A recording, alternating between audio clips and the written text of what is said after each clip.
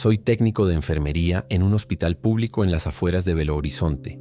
He estado allí durante casi 8 años, por lo que he visto muchas cosas, desde situaciones extrañas con pacientes hasta cosas que nadie puede explicar realmente, pero que todos sienten. El hospital es enorme, lleno de reformas, remodelaciones mal hechas, nuevas salas adosadas a bloques viejos. Hay lugares que ni siquiera parecen parte del edificio porque han sido tan olvidados. Desde el año pasado comenzaron a rotar algunas funciones entre el personal nocturno.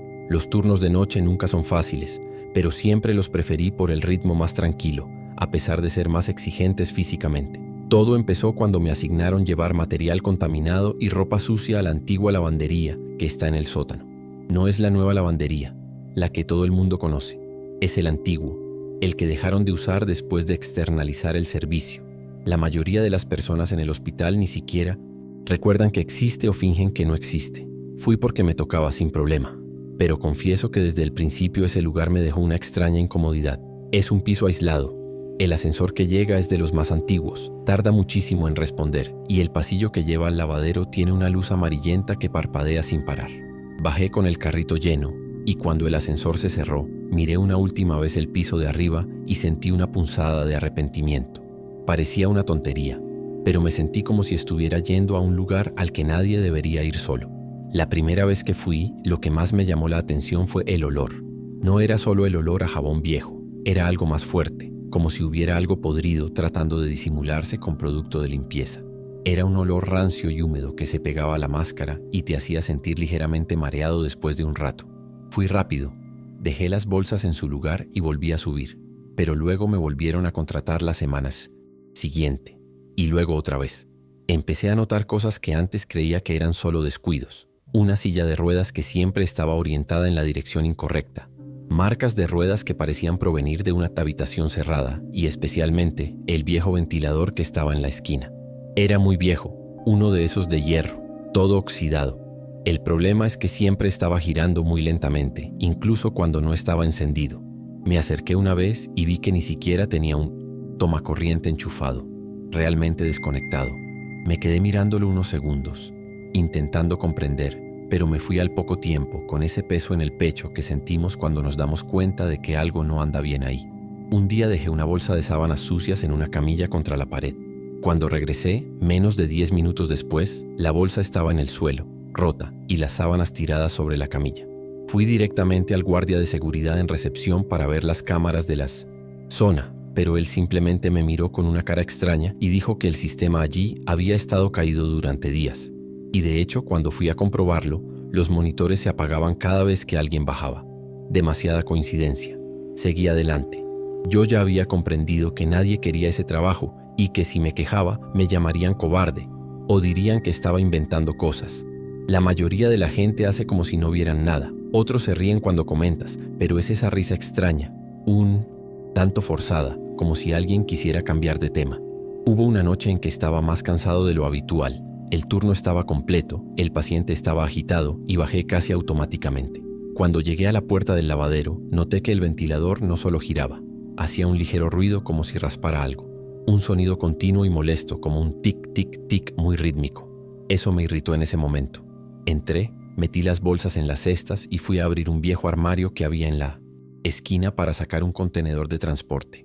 Cuando abrí la puerta cayó un montón de papeles amarillentos, unas tarjetas viejas, de esas que ya ni usamos. Por curiosidad cogí uno de ellos. El nombre del paciente fue impreso en letras de máquina de escribir. La fecha de entrada fue 1996. La fecha de muerte fue 2 días después. Fue alguien que murió allí, en una cama que ya no existe.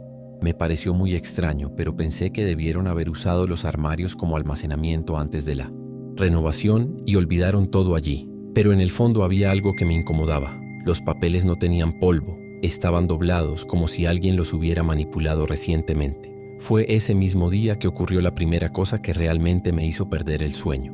Cuando fui a salir, tiré de la manija de la puerta como de costumbre. Ella se giró, pero la puerta no se abrió. Lo intenté de nuevo con más fuerza. Nada. Era como si estuviera cerrado desde fuera, pero no había ninguna llave allí. La puerta se abre mediante empuje. Es ligera y sencilla. Me quedé allí un rato tratando de pensar si podría ser un problema con la cerradura, algo mecánico. Regresé al fondo de la habitación, apagué el interruptor y lo encendí nuevamente. La luz parpadeó y volvió a atenuarse.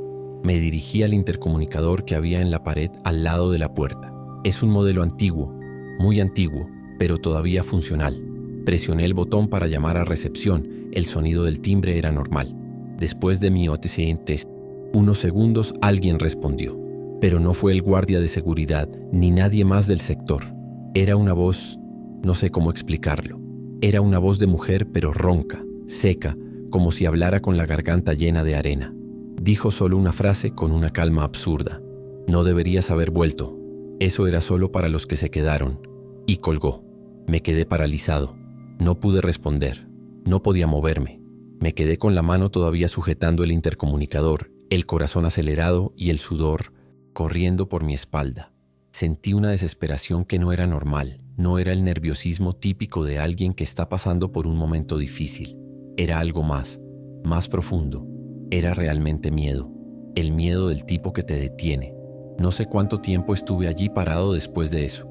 Intenté abrir la puerta una vez más. La empujé con el hombro, golpeé fuerte, nada. Saqué mi celular del bolsillo, pero la señal allí siempre era mala y en ese momento simplemente no funcionaba. Ni siquiera para enviar un mensaje. La batería todavía estaba al 70%, así que no era eso.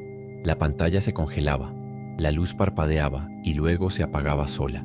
Fue entonces cuando me di cuenta de que el ventilador, el mismo que giraba lentamente, se había detenido. Y eso me dio un pánico extraño porque nunca se había detenido antes. Siempre giraba y siempre hacía ese ruido molesto. Ahora estaba completamente en silencio.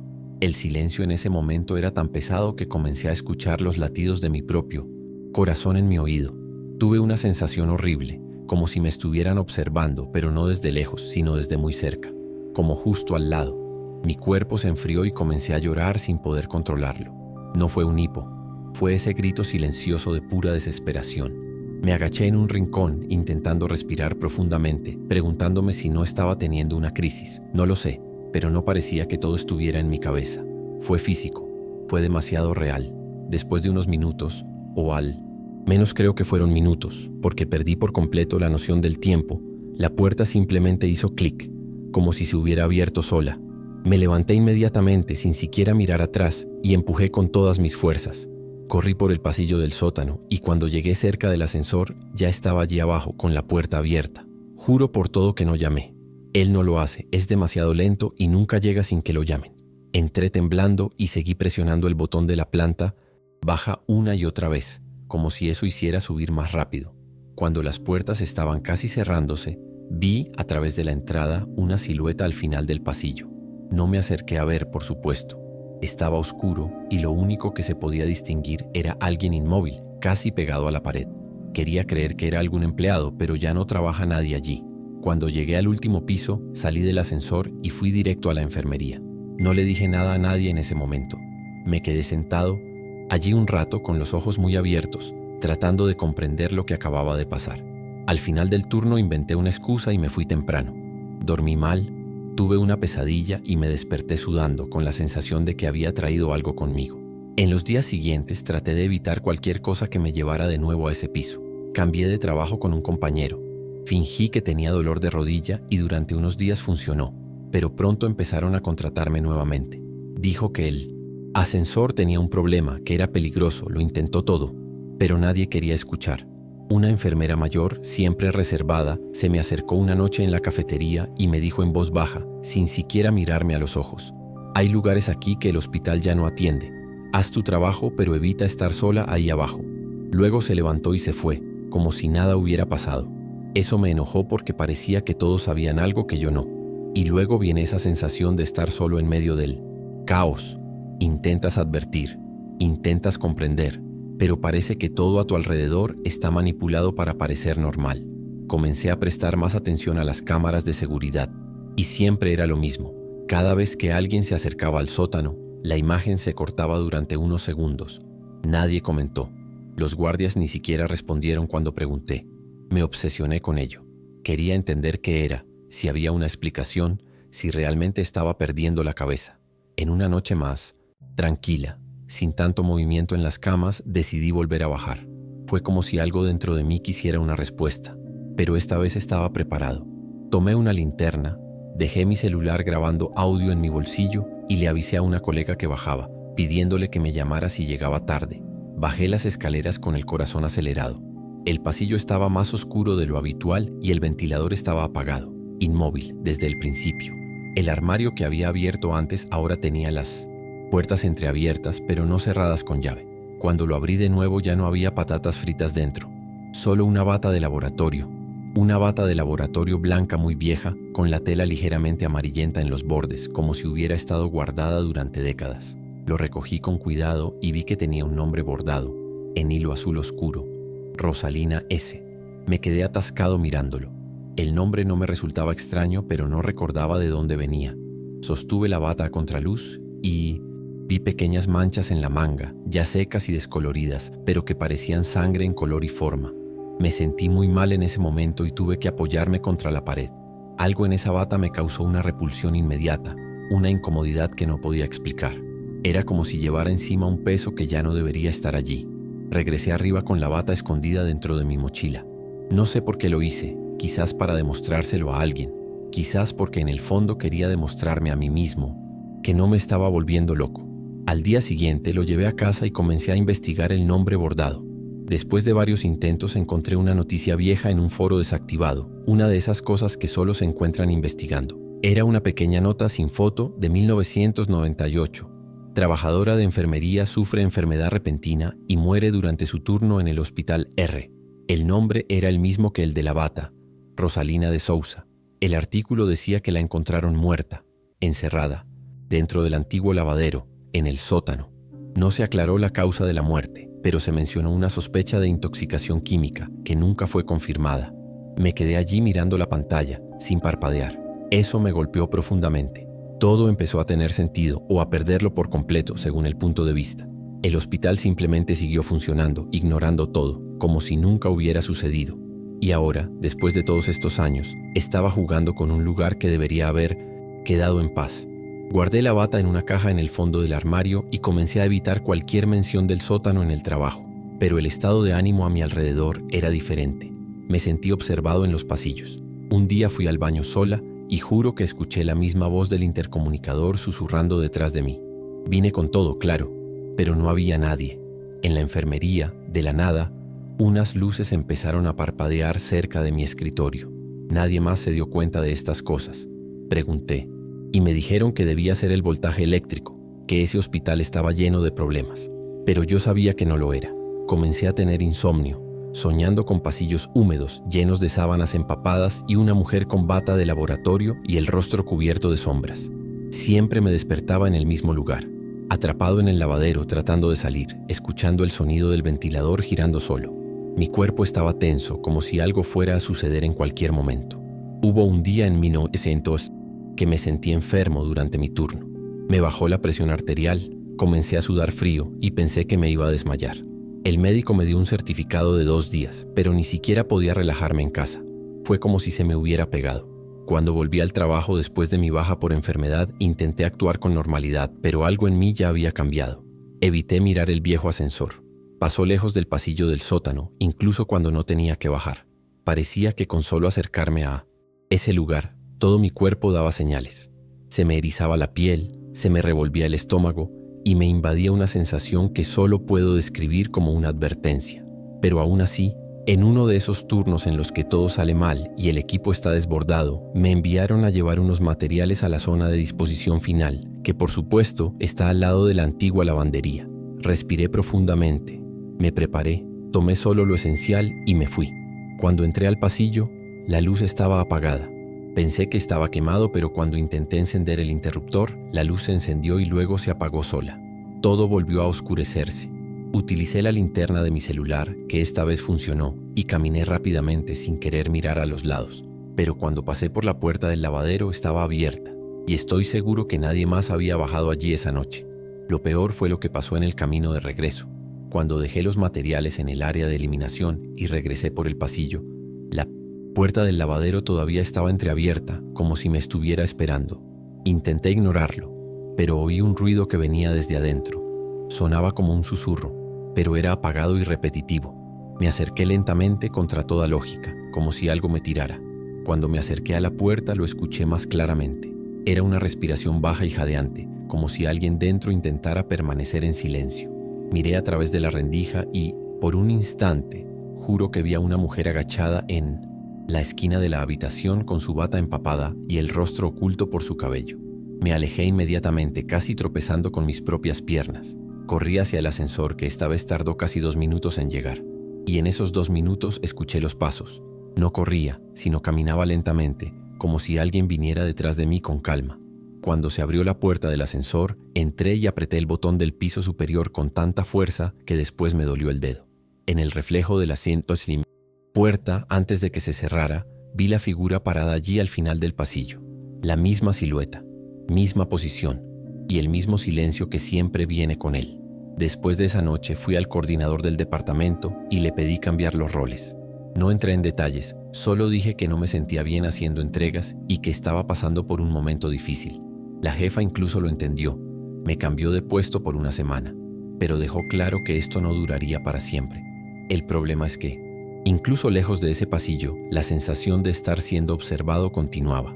Empecé a ver reflejos extraños en las ventanas de la enfermería, a oír golpes en las puertas de suministros y una vez incluso encontré el armario de suministros cerrado desde dentro.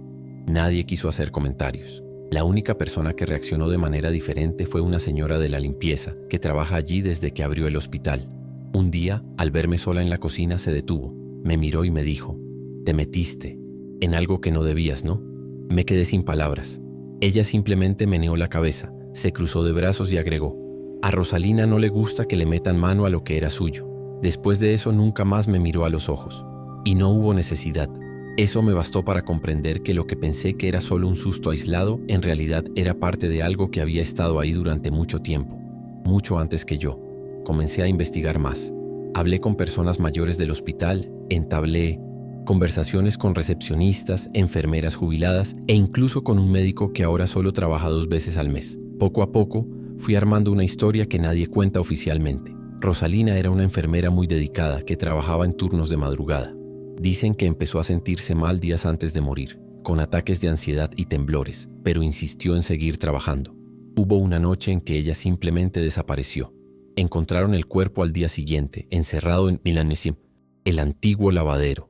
No había señales de violencia, ni lesiones, ni intoxicación demostrada. Pero todos sabían que ella se había estado quejando de la sensación de ser seguida dentro del hospital. Dijeron que ella se había asustado, que su cabeza no estaba bien. Pero lo que me molesta es que después de su muerte varios empleados renunciaron o fueron transferidos. Y este sector fue abandonado paulatinamente. Primero dejaron de usarlo. Luego dijeron que no valía la pena renovarlo. La historia se convirtió en una leyenda interna, algo de lo que nadie habla, pero todos respetan. Y hoy, años después, ahí es exactamente donde me enviaron. Exactamente donde todo empezó. Nunca volví allí otra vez, en verdad.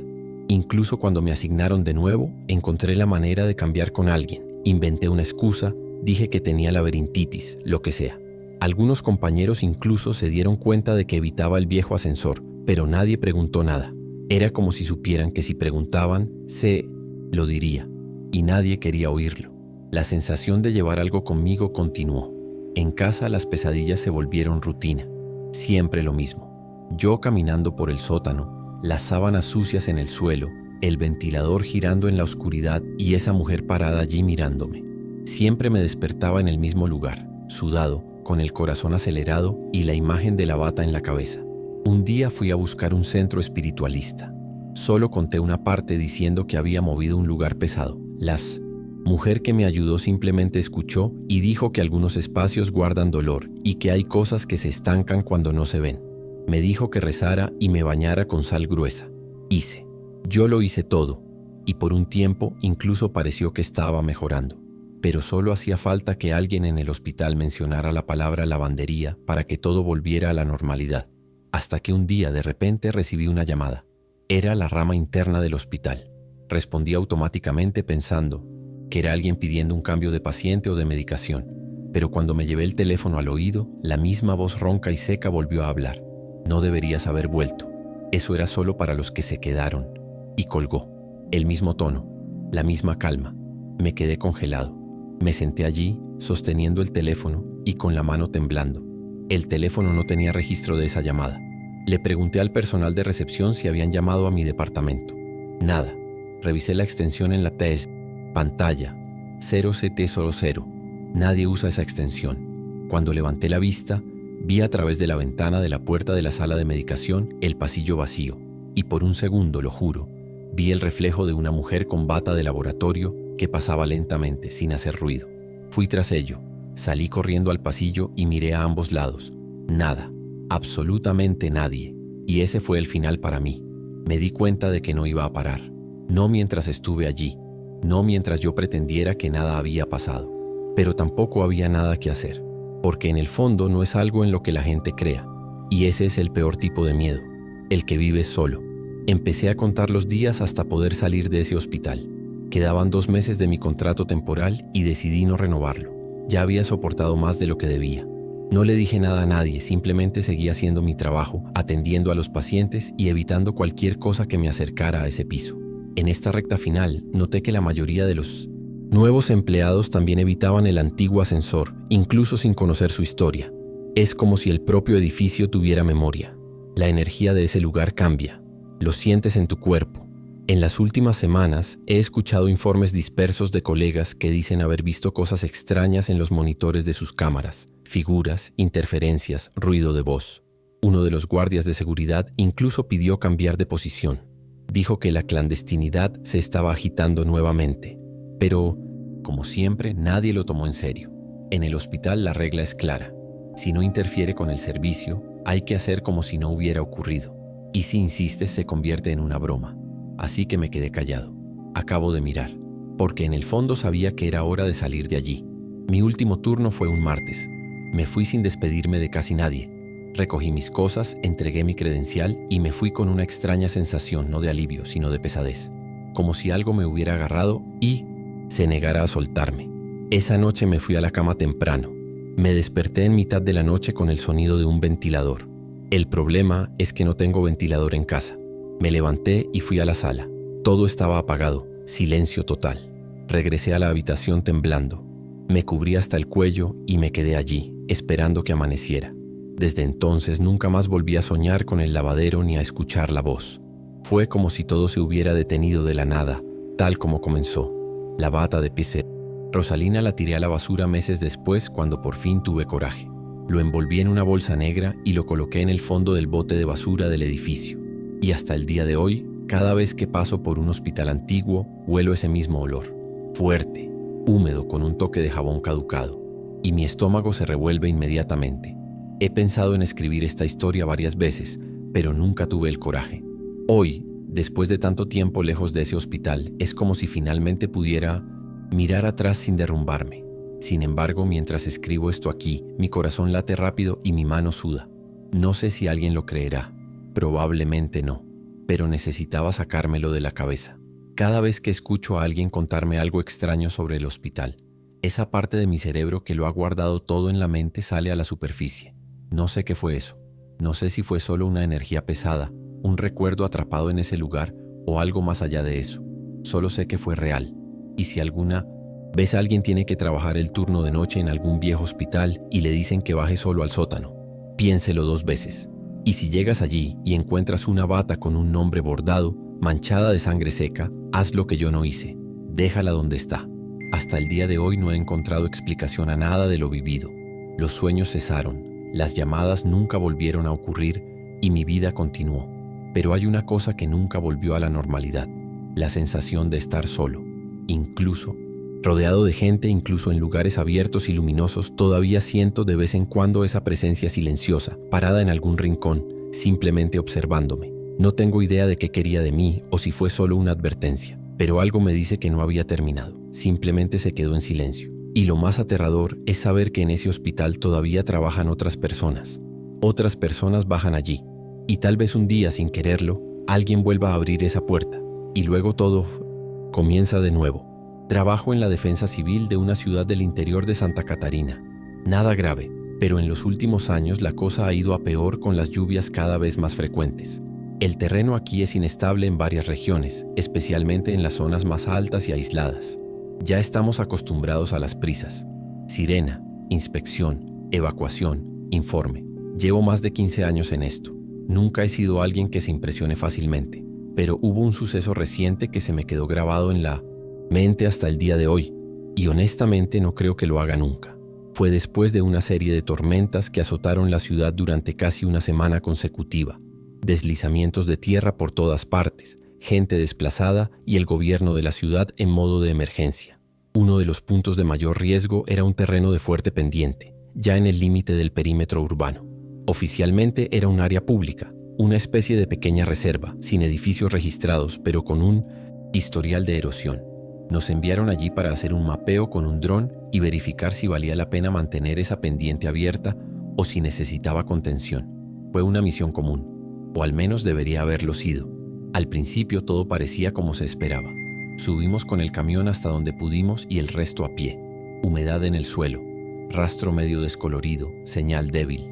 Lanzamos el dron desde el punto más alto, establecimos los patrones de vuelo y comenzamos a mapear. Pero en el segundo, escaneo. Algo me llamó la atención. En medio del denso bosque apareció un techo de madera, algo torcido, cubierto de hojas.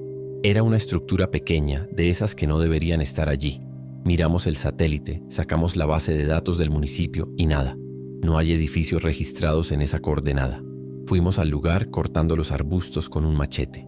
Y allí estaba, una choza sencilla, con ventanas diminutas y una valla de alambre oxidado. Había ropa colgada en un tendedero improvisado y comida medio seca en el fregadero. El agua en la tetera todavía estaba caliente, pero no había nadie. Parecía como si la persona se hubiera ido hacía apenas unos minutos. Sin documentos, sin muebles modernos, solo cosas antiguas, todo un poco sucio, con un fuerte olor a humedad y algo más que no pude identificar. No estaba podrido, pero era raro, el tipo de olor que no hueles todos los días. Llamamos a la policía, por supuesto, no por la cabaña en sí, sino porque era un espacio público y teóricamente deshabitado. Quizás fue una invasión o alguien que vivía escondido. Llegaron a última hora de la tarde, 2 policías locales, de esos que ya conocen a todo el mundo en la zona. Le echaron un vistazo rápido, anotaron algunas cosas, le tomaron algunas fotos, pero pronto empezaron a tratarlo como si fuera un loco más del campo. Dijeron que probablemente era un refugio improvisado para alguien que vivía en la calle o un vagabundo, pero nadie conocía ese sendero, ni siquiera los vecinos de la zona rural más cercana. Y lo extraño era que todo allí parecía demasiado viejo para ser reciente. Los utensilios, los muebles, incluso la vajilla. Parecía algo congelado en el tiempo, pero la comida en el fregadero estaba fresca. Un poco de arroz seco, una taza con café sobrante. No tenía sentido. Uno de los policías incluso bromeó diciendo que era una casa de espíritus y se rió para sí mismo. No me reí. Cuando regresamos a la base, eso se quedó en mi cabeza. Intenté continuar con normalidad el resto del turno, pero cada vez que cerraba los ojos me venía a la mente la imagen de la ventana con las cortinas sucias y el sonido de la madera crujiendo, como si alguien todavía estuviera entrando. Esa noche estuve dándole vueltas al asunto. Tomé las imágenes del dron, las acerqué y las revisé cuadro por cuadro, y noté un detalle que en ese momento no había visto. Había un sendero tenue que salía de la parte trasera de la cabaña y descendía hacia el bosque, como si alguien evitara la entrada principal, y entonces decidí hacer lo que probablemente no debería haber hecho. Regresé allí al final del día siguiente, sola, sin decírselo a nadie. Conduje hasta donde pude, dejé la radio del coche encendida y caminé el mismo camino. El silencio en aquel bosque era extraño, casi pesado, sin animales, sin viento, solo ese sonido amortiguado de mis propios pasos. Cuando llegué a la choza todo estaba igual, solo que esta vez vi que la puerta estaba entreabierta. Entré, tranquilamente, linterna en mano. Fue allí donde encontré un maletín de cuero, escondido debajo de una tabla suelta del suelo. Dentro había varias fotografías en blanco y negro, algunas rotas, otras con sellos ilegibles. Un nombre apareció más de una vez, Refugio 12A. Y luego vino la parte más difícil. Una hoja de papel carbonizada que aún olía a quemado enumeraba nombres, varios de ellos tachados con una X. Algunas de las notas hablaban de moderación y mantener silencio. Y en un rincón, el bolígrafo rojo garabateó la fecha, 1974. Salí de allí con la sensación de que no debería haber tocado aquello. No me llevé la carpeta, solo tomé unas fotos con el celular, muy rápido, temblando. Cuando llegué al coche ya estaba oscureciendo. Intenté encender la radio del auto y solo emitió un silbido. El GPS del celular falló y el reloj digital en el tablero parpadeaba incorrectamente, como si se hubiera reiniciado. Solo pude relajarme un poco después de volver al asfalto y ver las primeras casas en la zona rural. Esa noche en casa comencé a revisar las fotografías. Las imágenes estaban allí, pero algunas salieron distorsionadas, como si las hubieran tomado mientras me movía, y juro que sostuve el teléfono con firmeza. Algunos incluso tenían interferencias, una banda gris que los atravesaba por el medio. De todas formas, no pude dormir. Pasé la noche pensando en ello. Comencé a buscar en Google los términos que estaban en los documentos. Refugio clandestino SC, refugio 12A, contención militar, listas de personas desaparecidas. Y todo condujo a lo mismo. Estructuras utilizadas durante la dictadura para alojar a presos fuera del sistema oficial. Pero no había nada sobre nuestra ciudad. Sin registros, sin referencias. Fue como si lo hubieran borrado de la historia. Al día siguiente fui a trabajar como si nada hubiera pasado, pero empecé a notar que algo andaba mal conmigo. Temprano por la mañana, olvidé dónde había aparcado el coche. Caminé alrededor de la cuadra durante casi 10 minutos hasta que lo encontré. Más tarde, durante una inspección en otra zona de riesgo, me di cuenta de que había ido al lugar equivocado. Mis compañeros empezaron a notarlo. Uno de ellos me preguntó en tono de broma si me había quedado dormido al volante. Me reí, pero por dentro me sentía inquieto. Las pequeñas cosas empezaron a acumularse. Perdí tiempo, olvidé herramientas en el auto, confundí documentos. Comencé a distraerme durante las reuniones, escribiendo cosas que no entendía. Comencé a escribir frases en trozos sueltos de papel, palabras repetidas, símbolos que no recordaba haber visto antes. Llegó a un punto en el que ni siquiera sabía si venía de mi cabeza o de algún otro lugar. Una mañana, me desperté en el asiento del coche, en el garaje de casa, con la puerta entreabierta y mi teléfono móvil en el suelo. No recordaba haber ido allí. Solo recuerdo acostarme a dormir en mi cama. Me desperté con dolor de espalda y la camisa mojada, de sudor. Después de eso, comencé a evitar mi propia casa. No porque tuviera miedo del lugar en sí, sino porque sentía como si la cosa se hubiera pegado a mí, como una presencia que no dependía del espacio físico. Podía estar en el coche, en el trabajo o detenido en un semáforo. La sensación era siempre la misma. Alguien estaba detrás de mí. Y lo peor, lo vi. No directamente, sino en el reflejo del cristal, de la pantalla del móvil, de la ventanilla del coche. Siempre era una silueta medio doblada, quieta. Cuando me di la vuelta no había nada, pero no fue como lo había imaginado. Fue como si realmente lo hubiera visto y se hubiera escondido demasiado rápido.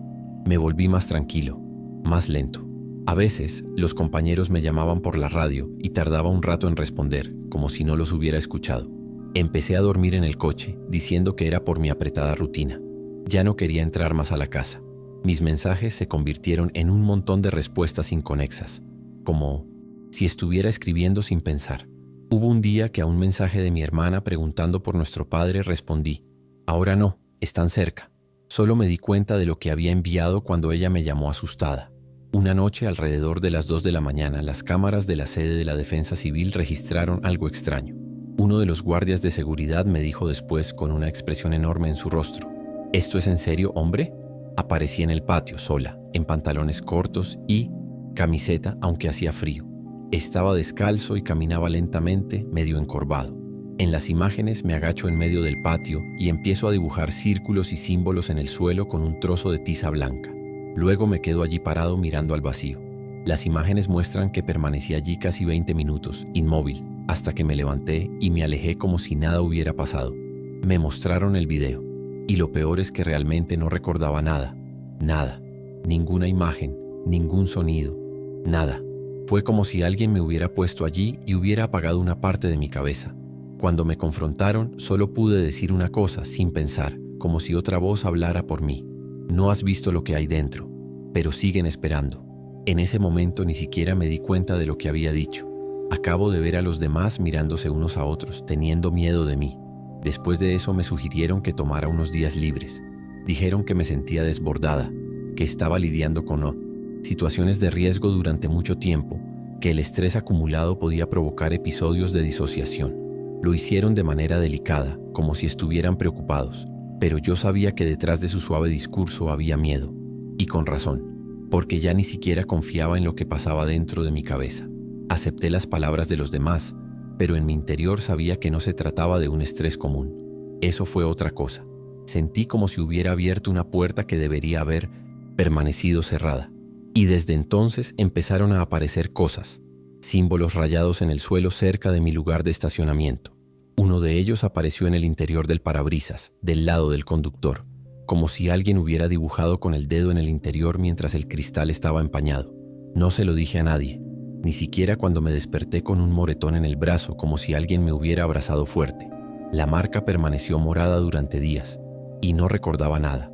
Sin caída, sin golpe, sin empujón. Empecé a evitar todo. Evitaba a mis colegas, evité el centro de la ciudad, evité a mi propia familia. Mis padres llamaban y yo dejaba sonar. Mi hermano intentó visitarme y yo fingí que había viajado. Pasé la mayor parte del tiempo dentro de mi coche, estacionado en calles oscuras, con el asiento reclinado, esperando que pasara el tiempo. Realmente no dormí. Mantuve los ojos cerrados, pero alerta, como si mi cuerpo estuviera esperando que algo sucediera. Y a veces, así fue. La radio se encendió sola. El limpiaparabrisas empezaría a funcionar incluso sin lluvia. Y lo peor, el sonido de golpes en el techo, siempre 3 golpes espaciados. Nunca tuve el coraje de salir del coche en esos momentos. Él simplemente permaneció allí, inmóvil, con la respiración contenida. Una de esas noches escuché una respiración detrás de mí, dentro del auto. Me quedé congelado. Cuando me armé de valor para mirar por el espejo retrovisor, no vi a nadie, pero el asiento trasero estaba abrochado, como si alguien hubiera estado sentado allí. Después de eso comencé a dejar el auto sin llave, como diciendo, entra, termina lo que empezaste, porque en el fondo sabía que no iba a parar, no mientras pretendiera que podía seguir con mi vida normalmente. Una tarde me llamaron nuevamente a la sede de la Defensa Civil. No se suponía que fuera trabajo, era más bien una conversación informal. El coordinador me recibió con esa actitud técnica, intentando mantener la calma, pero se veía en sus ojos que el asunto iba en serio. Colocó un papel con un boceto dibujado a mano delante de mí. «Dibujaste esto aquí en el suelo del patio, ¿recuerdas?» Negué con la cabeza. Miré el dibujo. Era un círculo con 2 triángulos invertidos superpuestos y en el centro un ojo. Nunca lo había visto conscientemente, pero algo dentro de mí lo reconoció. Dijo que los guardias de seguridad reportaron interferencias con las cámaras durante esa madrugada. Las grabaciones se congelaron durante 5 minutos justo cuando estaba allí. Cuando regresaron, las imágenes saltaban, como si el vídeo hubiera sido cortado. Fue entonces cuando entendí. No era solo yo. El medio ambiente circundante también empezaba a sufrir. Ya no era solo mi paranoia. Tenía registros, tenía pruebas. Y eso me asustó más que nada porque demostraba que algo se estaba manifestando y me estaba utilizando como punto de entrada. Regresé a la cabaña al día siguiente. Era como si algo me atrajera hacia allí. Una necesidad absurda de comprender. Pero esta vez el lugar parecía diferente. El bosque que lo rodeaba era más espeso, como si hubiera crecido en apenas unos días. El rastro casi había desaparecido. Cuando llegué, la puerta de la cabaña estaba abierta de par en par. Entré. El olor era insoportable, más fuerte que nunca, como una mezcla de óxido, moho y humedad vieja. La carpeta con los documentos ya no estaba allí, pero había algo nuevo, los mismos símbolos que supuestamente había dibujado en el suelo del patio ahora estaban grabados en la pared, rayados con carbón o algo similar. En el suelo, una vela apagada y una cuchara de metal retorcida. Tomé mi celular para tomar una foto, pero la pantalla se congeló. Reinicié el dispositivo y cuando volvió a encenderse, el reloj tenía la fecha de 1974. Incluso después de ajustarlo, volvió a encenderse solo. Salí de allí casi tropezando, sintiendo el bosque que me rodeaba, como si quisiera impedirme salir. Y cuando llegué al coche, había barro, fresco en el mango del asiento del pasajero. Alguien, o algo, estuvo allí conmigo todo el tiempo. Después de ese día dejé de intentar comprender lo que estaba pasando. Acabo de empezar a reaccionar. Fue como si mi mente se dividiera entre 2 rutinas diferentes. Estaba el yo que respondía a mensajes automáticos, firmaba informes sin leerlos y asistía a reuniones sin saber de qué estaban hablando. Y estaba el otro, el que deambulaba sin rumbo por las calles, regresaba a la choza sin darse cuenta, escribía símbolos en la ventanilla del coche con un dedo nublado y se despertaba con frases garabateadas en el brazo. Frases que desaparecieron a lo largo del día, como si hubieran sido escritas con carbón y piel húmeda. Una mañana me desperté y encontré la palabra saludo escrita en el interior del parabrisas, con una letra firme como si hubiera sido dibujada por alguien entrenado. No recordaba nada y reconocí cada vez menos lo que era real y lo que podía estar solo en mi cabeza. Pero Incluso en ese estado había una cosa que me mantenía lúcido: el miedo. Un miedo constante y silencioso que nunca desapareció. Temo que todo esto no fuera producto de mi imaginación, sino más bien parte de algo viejo, olvidado, que acababa de ser reactivado. Una mañana recibí una llamada en la radio del coche de policía, incluso fuera de horario. Me encontraba estacionado en un puesto de defensa civil en desuso, uno de los más antiguos, que ya casi nadie usaba. La radio emitió un siseo y, durante unos segundos, se escuchó una frecuencia que nunca antes había escuchado. No era una voz, pero se podía entender el tono. Era un mensaje. Ruido de fondo, ritmos espaciados y luego el mismo sonido que oí dentro de la cabaña. Respiración pesada. Cuando finalmente se detuvo, miré la pantalla de la radio y la pantalla mostraba un código numérico repetido: 12A, 12A, 12A. El mismo nombre que la carpeta que había encontrado. Después de eso apagué la radio, cerré las ventanas y me quedé allí, en la oscuridad, esperando que algo golpeara la ventana. Pero no pasó nada, solo silencio. Un silencio tan fuerte que lastimaba los oídos. Y fue en ese silencio que me di cuenta de que ya no tenía elección. O aceptaba lo que estaba pasando, o me volvía loca tratando de luchar contra ello. La semana siguiente dejé el cargo definitivamente. Nadie me despidió oficialmente, pero estaba claro que era lo mejor para todos. Me rechazaron con el discurso habitual de descanso médico y observación psicológica, pero nadie quería hacer demasiadas preguntas. Algunos compañeros me evitaban en los pasillos, otros simplemente me miraban desde lejos. Uno de ellos incluso dijo que yo era diferente, que mi mirada era apagada, sin presencia. Y quizás realmente lo fue, porque la verdad es que ya no sabía quién era Diego antes. Los días comenzaron a pasar sin ritmo. Perdí completamente la noción del tiempo. Había días en que me despertaba pensando que era miércoles y era domingo. Dejé de comer, bien, de mirarme al espejo, de reconocerme. Comencé a ver la choza incluso cuando no estaba allí.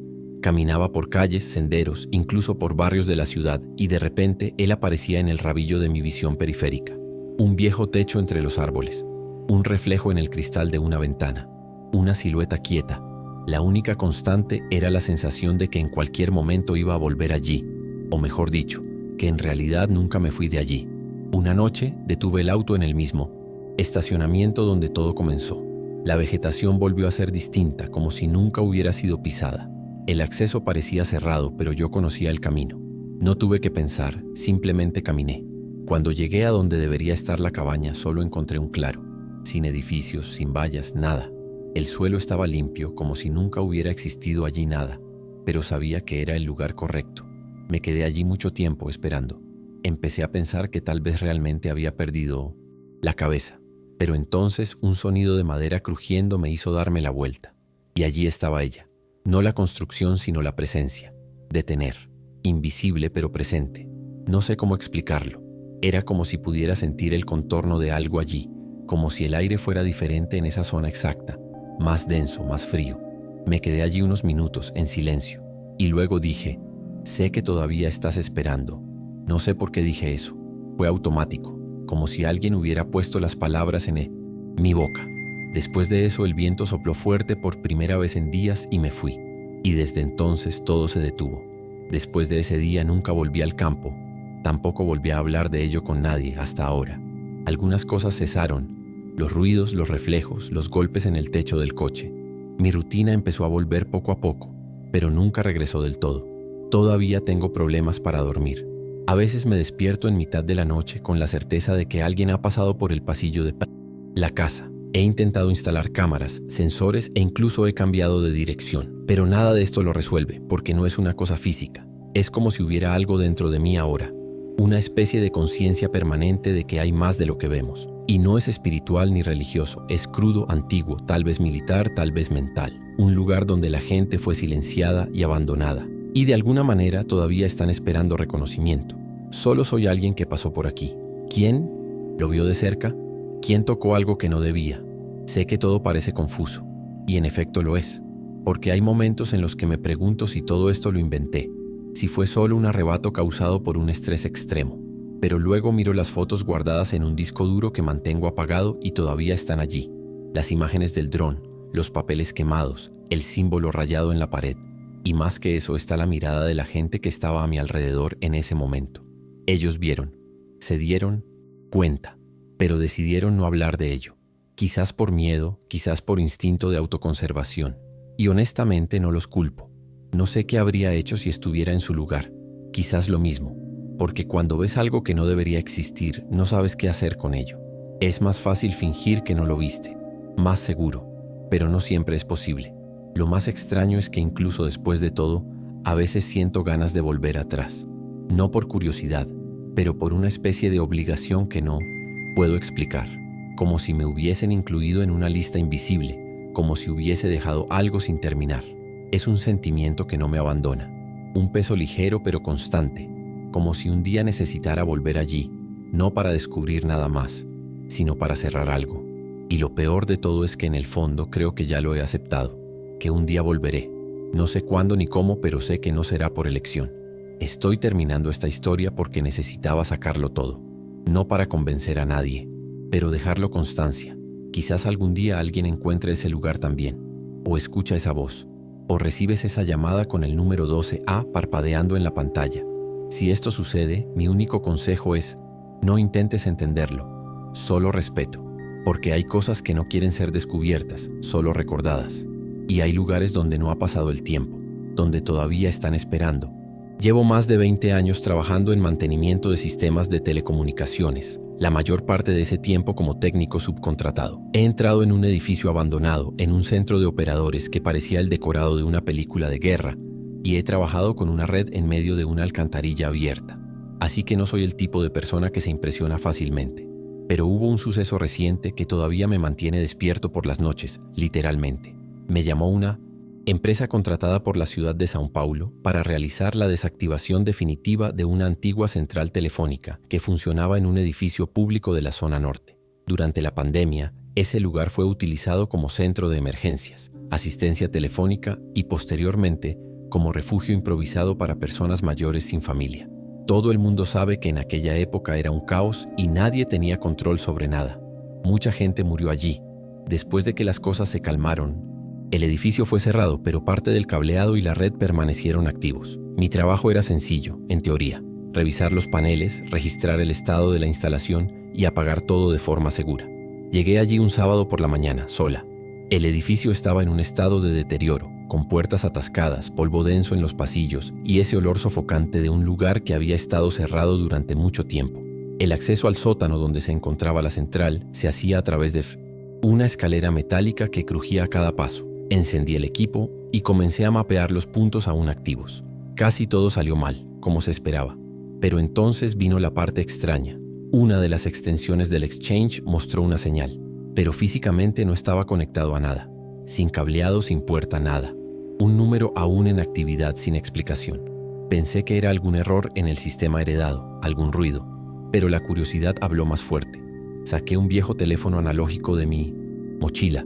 Lo conecté a la base y marqué la extensión. Y lo que oí allí me detuvo. Era una voz débil, envejecida, casi llorosa, que gritaba un nombre. Luego otro, y otro más. Cada voz con un nombre diferente. Doña Aurea, señor Mauro, seguimos aquí. Y antes de colgar, una frase que me dejó paralizada. No cuelgue, por favor, no cuelgue. En ese momento pensé en una interferencia. Dependiendo de la estructura eléctrica del lugar, el ruido puede pasar por la línea y sonar como algo. Pero no así. Eso parecía gente. Y no eran solo voces fuertes, eran personas que gritaban nombres y rogaban, como si esperaran una respuesta. Apagué el dispositivo y volví a leer la línea. Todavía tenía señal. Y lo más extraño, el origen de la llamada parecía venir del interior de la propia centralita, pero no había ningún dispositivo conectado, ninguna centralita telefónica funcionando, ninguna conexión de red.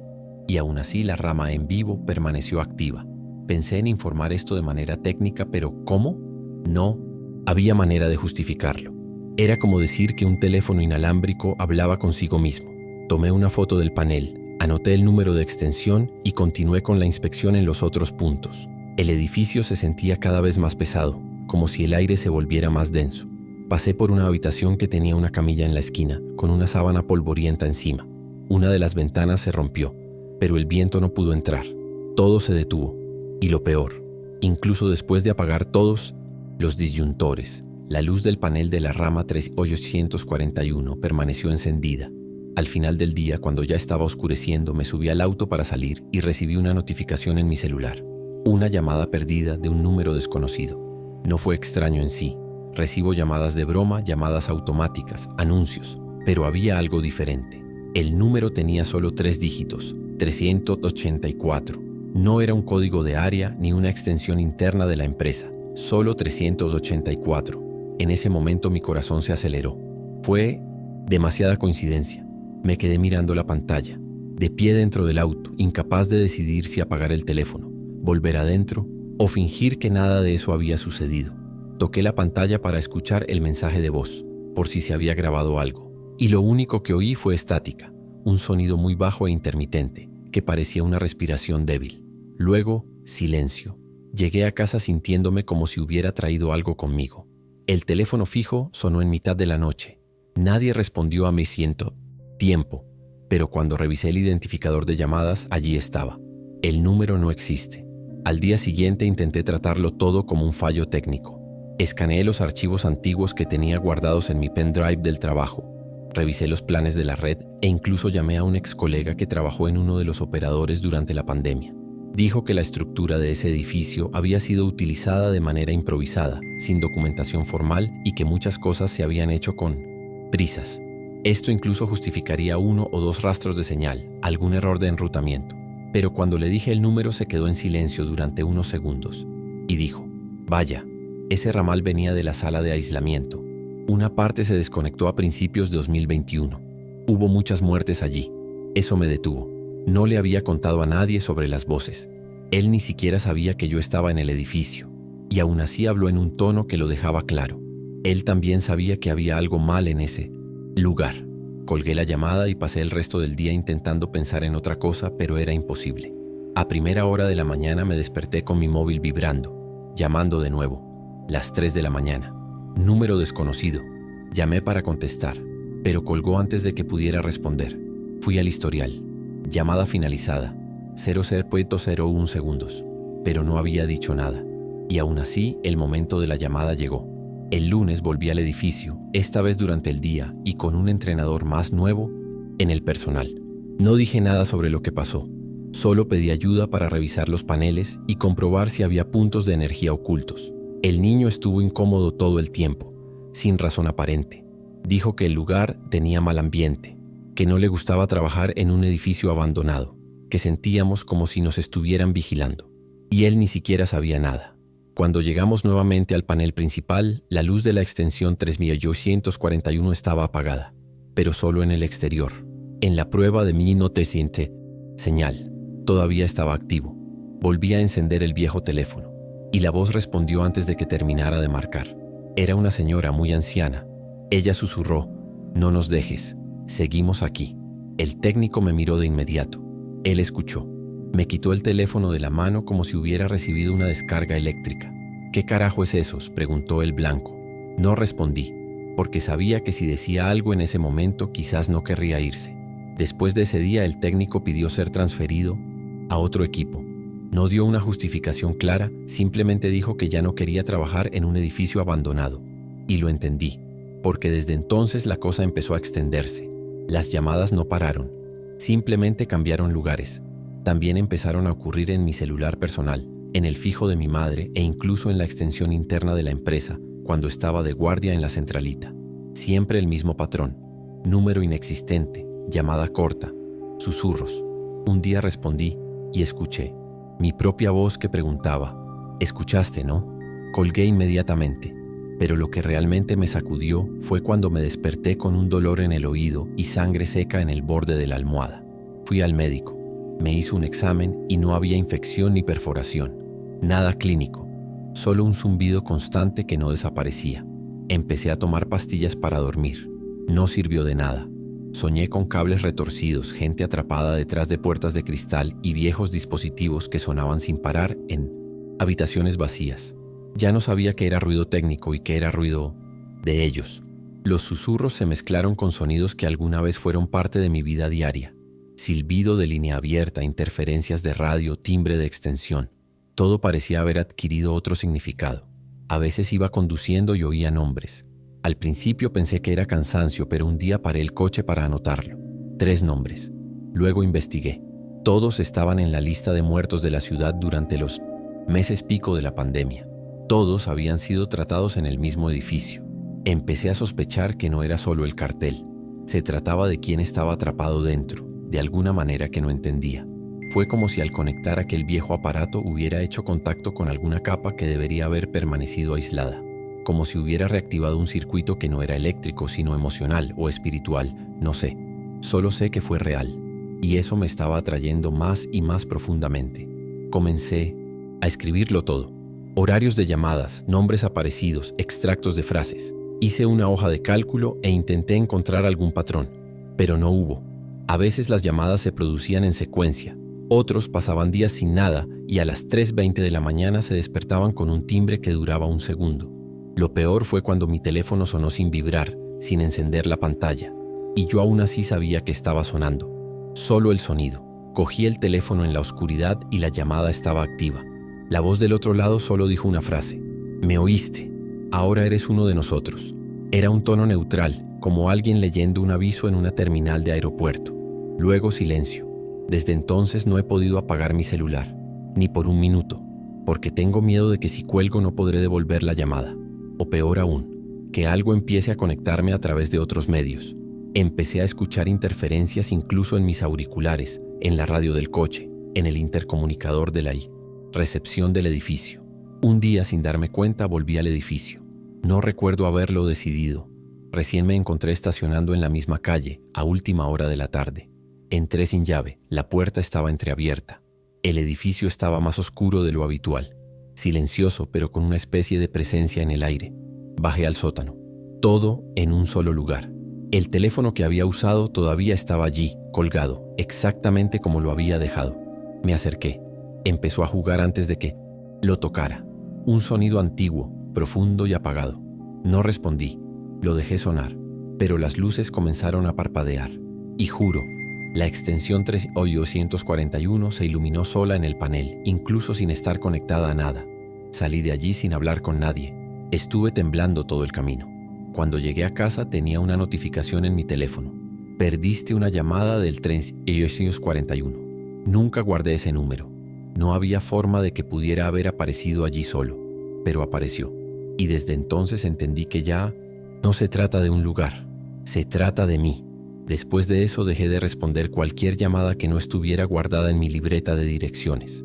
Aún así, a veces el teléfono suena solo una vez y cuando miro no hay registro, ni en la lista de llamadas ni en el historial del operador. Comencé a dejar mi teléfono celular en modo avión durante la noche, pero de todas formas comencé a despertarme con el sonido de los tonos de llamada. No desde el dispositivo sino desde mi cabeza. Podía oírlo, como si estuviera dentro de una vieja central telefónica. El clic de los relés, el sonido de las líneas cruzadas, ese golpe seco de una línea caída.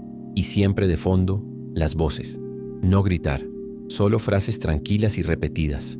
No cuelgues, todavía estamos aquí. Háblanos. Lo peor es que una vez reconocí una de las voces. Pertenecía a una señora que había sido vecina mía de la infancia. Murió de COVID en 2021. Nunca le conté esto a nadie, pero ella me llamó por el apodo que solo ella usaba. Y nadie más lo sabía. Con el tiempo me alejé de todo. Trabajo, amigos, familia. Empecé a vivir en piloto automático. Iba a la cocina y olvidaba por qué iba. Dejé la ducha abierta durante minutos, sin moverme. Pasé horas mirando la pantalla de mi celular esperando que sonara algo. Mis ojos ardían todo el tiempo como si tuvieran arena en ellos. Y el dolor de oído se volvió crónico. Ningún examen muestra nada. Me hicieron una tomografía computarizada, una audiometría y todo salió normal. Pero el zumbido siempre está ahí. Un sonido de fondo continuo, como el silbido de una radio mal sintonizada. A veces se detiene, y ese es el momento más aterrador, porque es en este silencio total que las voces aparecen de nuevo, como si estuvieran esperando la apertura. He pensado en destruir el teléfono, tirar a la basura, pero algo dentro de mí sabe que no servirá de nada. Porque el problema no es el dispositivo, no es el edificio. Eso es lo que estaba conectado. Y creo que ya no hay forma de apagarlo. Hubo una noche en que el zumbido simplemente desapareció, completamente. Fue tan extraño que pensé que me estaba quedando sordo. Eran casi las 3 de la mañana. Me senté en la cama, a oscuras, y me quedé allí, en silencio, esperando. Y entonces empezó. No fue el teléfono el que sonó. Era el televisor, apagado, emitiendo un sonido seco y rítmico, como si alguien marcara un número muy lentamente. Golpe, golpe, golpe, como el sonido de las teclas de un dispositivo antiguo. No tenía sentido. El televisor estaba desconectado. Caminé hacia él con el corazón acelerado y apreté mi oreja contra el cadáver. Nada. Cuando regresé a la habitación, la pantalla del teléfono estaba encendida. Una llamada en curso. Duración 0012. Pero no había respondido nada. Cogí el teléfono y me lo puse en la oreja. Al otro lado, silencio. Hasta que la voz dijo, en el mismo tono de siempre: ya es hora de que aceptes. Colgué y tiré el teléfono a la basura. Se rompió la pantalla y se quebró el costado. Aún así, 1 hora después llamó él mismo. Sin cable, sin batería. En este punto ya no salí de casa. Comencé a escribir compulsivamente. Cuadernos, blocs de notas, post-its. Dibujé mapas del edificio, enumeré los nombres que escuché y garabateé frases que no entendía. Una de ellas se repetía una y otra vez, como si fuera una especie de contraseña. Las ramas no cerradas mantienen el canal abierto. Ni siquiera sé de dónde saqué eso. Nunca escuché a nadie decir esa frase, pero apareció en 1980. Varios papeles que encontré después, todos escritos a mano por mí. Ahí lo entendí, de una manera que no se puede explicar técnicamente. Mientras haya un canal activo, pueden pasar. Y yo era el canal. Fui el primero en conectarme. No solo escuché, respondí. Y una vez que escuchas, te conviertes en parte de la frecuencia. Comencé a evitar los espejos y las superficies reflectantes.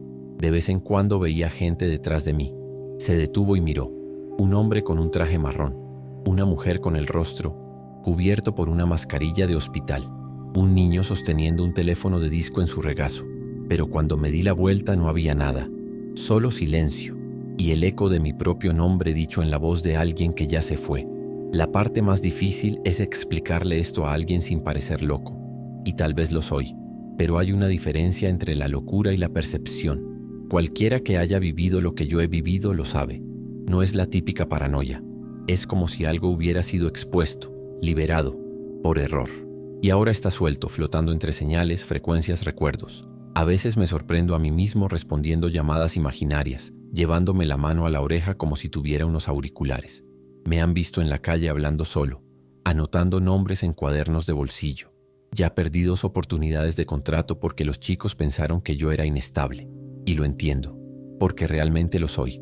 Mi cuerpo todavía está aquí, pero mi cabeza sigue yendo y viniendo entre él, ahora y ese edificio, esa habitación. Cuando oigo sonar un teléfono en una casa ajena, me quedo paralizado, porque tengo miedo de que respondas sin darte cuenta, como si mi mano se moviera sola. Hubo una vez, en el supermercado, que el sistema de sonido producía un silbido parecido a un micrófono mal conectado. Y escuché, muy claro: Fernando, servicio, todavía en curso. He pensado en buscar ayuda profesional, psiquiatra, terapeuta, lo que sea. Pero ¿cómo explico esto? ¿Que una extensión desconectada ha desencadenado llamadas que siguen acosándome? ¿Qué voces de muertos me llaman en mitad de la noche y me dicen que ahora soy parte de ellos? ¿Cómo decir esto y aún así mantener cierta dignidad? En lugar de eso me aislé, insonoricé mi habitación, quité todos los aparatos electrónicos viejos y dejé de usar el teléfono fijo. Aún así no sirve de nada. Los mensajes siguen llegando, ahora, de otras maneras. Uno de ellos apareció en el ticket de un supermercado, no a pagar. Otro apareció en el papel del médico cuando fui a renovar un examen. 341. Sigo intentando encontrar algún tipo de final, alguna lógica, pero parece que el proceso ya está hecho. No importa cuánto lo ignore, la frecuencia permanece abierta y parece que cada vez más me utiliza como puente. No he dormido durante 2 días. El teléfono suena incluso con la batería quitada. Lo dejo sobre la mesa, apagado, sin chip, y aún así, en mitad de la noche, oigo el timbre apagado que sale del interior del cajón. Cuando me levanto a mirar, todo está en el mismo lugar, pero la pantalla siempre muestra el mismo número en el historial cuando vuelvo a encender el dispositivo. 341. Ya no sé si lo que oigo viene de afuera o de dentro de mi cabeza. El sonido de las voces se hizo más claro. Ya no piden ayuda. Ahora es como si estuvieran hablando entre ellos. Que se discute, hablando de mí en tercera persona. Una de las voces dijo: tarda un tiempo en aceptar, pero pronto entiende. Sentí como si estuvieran decidiendo algo. como si hubiera entrado en una especie de cola invisible. No lo puedo explicar. El cuerpo está empezando a fallar. Temblores, lapsus de memoria, dolores de cabeza que no desaparecen. Solo sé que cada vez que suena el teléfono, una parte de mí desaparece. Hoy, mientras escribo esto, el teléfono sonó 3 veces. No respondí, pero sé que en algún momento terminaré respondiendo de nuevo. Quizás porque una parte de mí ya lo ha aceptado. Quizás porque es inevitable. Ya no estoy seguro de lo que pasa fuera de mi cabeza. He estado escuchando mi propio nombre proveniente del televisor apagado, de las tuberías del edificio, incluso de la radio del vecino. Y ahora la frase ha cambiado. En lugar de no cuelgues, dicen, estás conectado. Me pregunto si alguien más lo escuchó, si otros técnicos pasaron por esto y simplemente desaparecieron, fueron borrados, olvidados, o si tal vez soy el primero en documentarlo realmente. No denunciar, solo para que lo sepas, porque puede parecer otro edificio abandonado, otro teléfono viejo que suena sin explicación, pero no lo es. Es un canal, un eco, una especie de agujero donde lo olvidado sigue intentando existir. La pandemia no ha terminado para todos. Algunos todavía están atrapados en espera, en la última llamada que no se completó, en la última llamada de ayuda que nunca obtuvo respuesta. Y por alguna razón, escuché. Y escuchar, en este caso, era lo mismo que abrir. Desde entonces ya no he podido cerrarlo. Dejo esta historia aquí porque siento que el tiempo se acaba.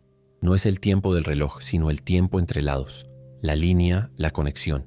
Y si desaparezco, o si un día alguien intenta hablarme y no puede, quizás sea porque volví a contestar, y esta vez no pude apagarlo. Y si mientras leías esto escuchaste sonar el teléfono, aunque fuera por un segundo, quizá encontraron un nuevo número.